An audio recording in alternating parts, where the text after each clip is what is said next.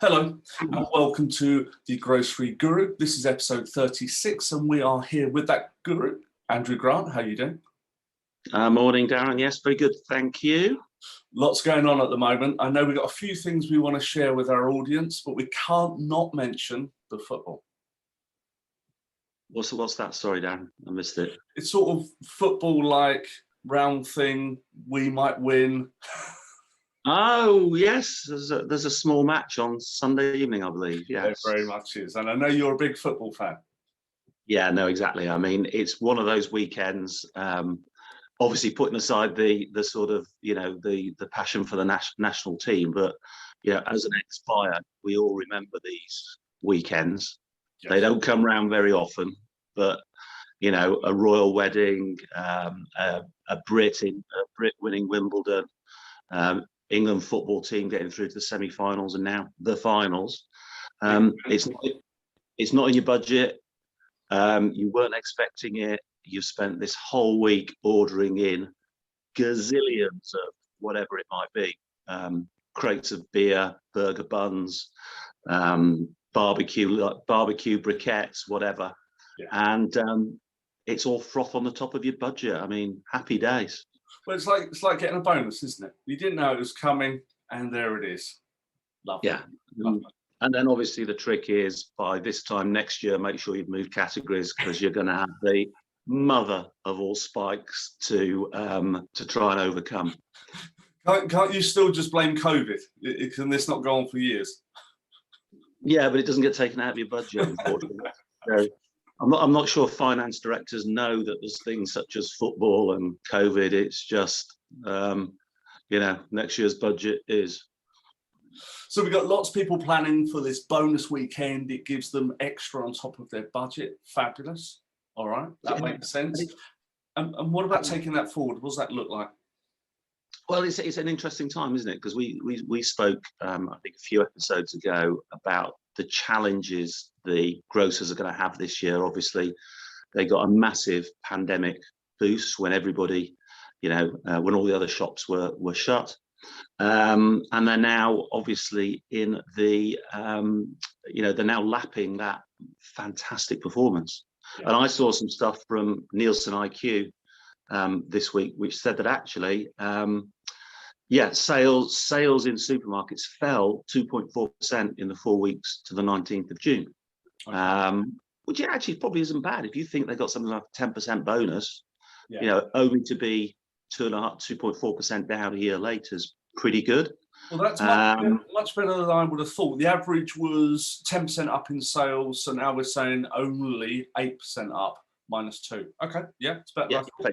Yeah, we had Sainsbury's quarterly update performance. They increased their profit expectations, I think, doing pretty well, growing market share. Yep. And interestingly, what the takeout I took from it was their online business, their online grocery business, as opposed to Argos, is now steadying out. The growth rate is steadying out, but at 20% of their overall business. Oh, 1 in 5. Okay. So if you remember a year ago, we said it had doubled to 20%. Yeah. So it doubled in a year, sort of 5 years worth of growth in a year.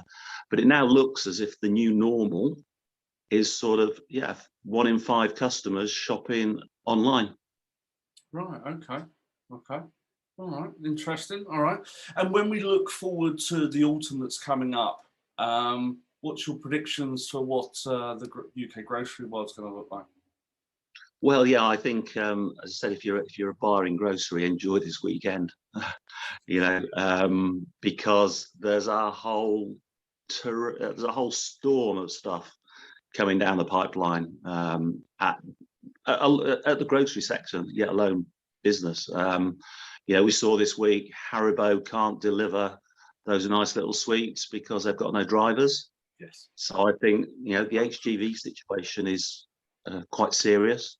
Yeah. I read a whole load of stuff about farmers in East Anglia having to plough in their summer crops because there's nobody to pick the lettuces or pick the asparagus or leeks or whatever it might be.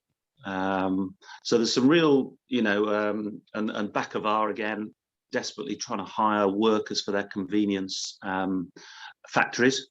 Yeah. So some real challenges around labour and supply. So we've got driver shortages, labour shortages. Okay. Yeah. Sorry. Go on. Lots of food inflation, lots of commodity, food input price inflation, which I know the retailers are desperately trying to bat off at the moment. And as I said, still those challenging like for likes from last year, and then put on top of that, bid frenzy fever. That's bid frenzy fever. With it looks like a bidding war for Morrisons, but will that spill over into a bid for Sainsbury's? Because when you look at it, going back to what we originally said, the grocery market has done really well through the pandemic. It's come through the other side almost unscathed as the rest of the economy opens up, and yet the share prices, and I know this, are like where they were 25 years ago. Yeah. So I'm not surprised these clever Americans are looking at UK grocers and going, hey guys, we'll have some of this. Yeah, and also not forgetting during COVID, whilst these supermarkets did well with increases of sales around the 10% mark, they also spent a fortune on COVID costs. I think about 4 episodes ago, we said Sainsbury's COVID cost was 468 million. And obviously that's, it's going to be nothing like that this year. So, that's straight back onto the bottom line. I mean, okay, they had huge rates relief, which they paid back, which would have dented their profits. But yeah, it's, with every like for like downside, there is an upside. And they won't have all of those COVID costs this year. True. And then I'm just thinking of 2 other things that are coming down the line. We've got people like Wheezy, the London-based delivery shopping window of 10 minutes. Those guys are coming in. We talked about those a few episodes ago. I think Justin King was one of their investors. Yeah. So, super fast home delivery, rapid grocer, I think it's becoming known as. I think we said at the time, Darren, it's a bubble. It feels like a .com. It really does, because the 10-minute window, great, I got it the first time, that was exciting, but do I really want it all the time? I don't think so. But what do we know? We're not Justin King. Well, if it gets to 10:30 on Sunday night and it's penalties and you've run out of beer, I can see the benefit of a 10-minute delivery window. I certainly can. In fact, I might want it in 5 minutes, but I hear what you're saying. And then the other thing that's coming down the line, possibly April next year, we've talked about HFSS, which is the biggest change, you said to me, in enforced diet since the Second World War. Did I get that right? Yeah, effectively. HFSS, high fat, sugar and salt foods. The government has, depends on your point of view, but the government has, waged war on advertising these products in schools, etc. It's now going a whole step further as far as the grocers are concerned, in that they will not be able to volume promote or display these products. And for me, because this legislation is due in April next year, I do need to check when April is. Sorry, not when April is, when Easter is next year. But as the proposed legislation stands, you could see headlines like, Boris kills the Easter bunny, which, with no Easter egg displays allowed, which would be mind-blowing. So the 2 principles are you can't volume price promote anymore and you cannot secondary cite. Is that right? Yeah. Broadly, so no bog-offs, no 2-fers, 3-fers, just straight price promotion. Yeah. And no secondary citing, no foyer displays, till displays, etc. And you think, Easter is the one that really springs to my mind, because think of the pallet displays of Easter eggs that the grocers put out there. Well, I'm sure we walked into Asda last year at Easter and there are 2-3 pallets of these Easter eggs, from the £10 ones to the £1 ones. You couldn't move past the lobby for them. This year, come April next year, it won't be possible. Well, it all depends. That the legislation's still to go through Parliament. I'm sure the big retailers and the big three confectionery giants will lobby hard against it. And can you see a government not letting us have our Easter eggs? I don't know. We'll see. Let's see. All right, Andrew, final takeaway before you get on with your house buying, which I think you're doing at the moment. Yeah, no, final takeaway is get that Domino's order in early this weekend, because I think they'll struggle for half time.